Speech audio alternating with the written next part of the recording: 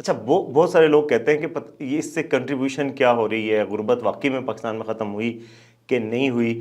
تو آپ کے خیال میں اس پروگرام میں خرچہ کتنا آتا ہے، اور اس خرچے کا کوئی واقعی میں از اٹ ورتھ اٹ، مطلب کہ یہ پروجیکٹ؟ دیکھیں بڑا اچھا سوال ہے آپ کا. ہمارا اس وقت جو سالانہ بجٹ ہے وہ تقریباً 471 ارب روپے ہے. 471 ارب جی، روپے اور کافی بڑی اماؤنٹ ہے.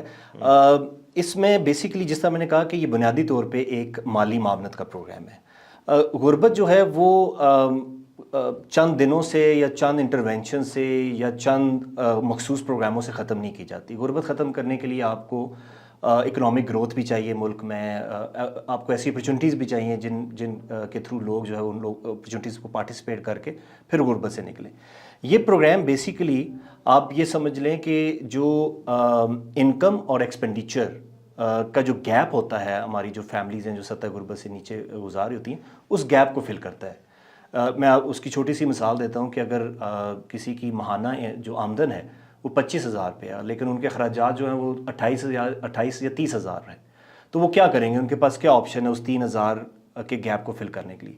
ان کے پاس آپشن یہ ہے وہ کسی سے قرض مانگیں گے، ان کے پاس آپشن یہ ہے وہ بھیک مانگیں گے، یا کوئی بھی ایسا کام کریں گے، کیونکہ انہوں نے اپنا گزر بسر تو کرنا ہے.